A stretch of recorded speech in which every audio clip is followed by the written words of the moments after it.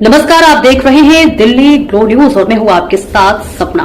चलिए रुक कर लेते हैं आज की बड़ी खबरों की ओर। आज पटना के सदाकत आश्रम में एक ऐतिहासिक एक्सटेंडेड कांग्रेस वर्किंग कमेटी की मीटिंग हुई।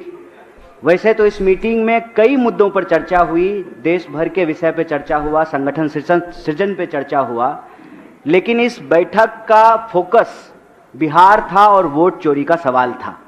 और उसी बैठक से एक्सटेंडेड कांग्रेस वर्किंग कमेटी की मीटिंग से बिहार के जो 14 करोड़ लोग हैं उनका एक अपील भारतीय राष्ट्रीय कांग्रेस की तरफ से आई है। आपके माध्यम से हम अपने बिहार के सभी भाइयों बहनों से यह अपील करना चाहते हैं, उन तक अपनी बात पहुंचाना चाहते हैं। इस अपील का जो पहला बिंदु है वो ये है कि देश के आज़ादी के आंदोलन से लेकर के बिहार में जब पहली सरकार बनी तो उस सरकार ने बिहार का औद्योगिकीकरण किया। यहाँ पर एशिया का सबसे बड़ा रेल यार्ड कारखाना खुला, उर्वरक के कारखाने खुले, रिफाइनरी खुला, थर्मल पावर प्लांट लगा, 33 से ज़्यादा चीनी मिल की स्थापना हुई, विश्वविद्यालय स्थापित हुए, मेडिकल कॉलेज की स्थापना हुई। तो बिहार में कांग्रेस पार्टी की शुरुआत आज़ादी के आंदोलन से लेकर के आज़ादी के बाद औद्योगिकीकरण से शुरू होती है, जिसका फोकस समाज के अंतिम पायदान पर खड़े व्यक्ति तक विकास की उस धारा को पहुंचाना था, उनको बराबरी का अधिकार दिलाना था, उनके लिए सामाजिक न्याय और उनके हक और अधिकार को लेकर के लड़ना था। यही हमारी लोकतंत्र की मूल आत्मा है। और इस बैठक में यह अपील की गई कि जब आज लोकतंत्र पर हमला हो रहा है तो लोकतंत्र की जननी बिहार से ही उस लोकतंत्र को बचाने की लड़ाई छेड़ी जाएगी। और इस अपील में यह साफ साफ कहा गया है कि राहुल जी का मताधिकार यात्रा यह इस बात के संकल्प को दोहराता है कि कांग्रेस पार्टी किसी भी सूरत में 1 पर्सन 1 वोट के उस अधिकार को, संविधान को और लोकतंत्र को झुकने नहीं देगा, मिटने नहीं देगा। कांग्रेस पार्टी का एक एक कार्यकर्ता लोकतंत्र के लिए, वोट चोरी के खिलाफ, अपने हक और अधिकार के लिए संघर्ष करेंगे। यह बात हम लोगों को समझ लेना चाहिए कि जो सरकार वोट चोरी से बनेगी वो सरकार जमीन की चोरी करेगी।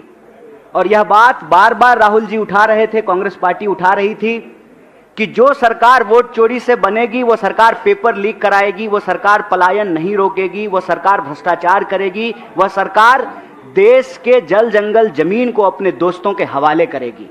और ये देखने को मिला कि कैसे यह वोट चोरी से बनी सरकार जमीन चोर भी है।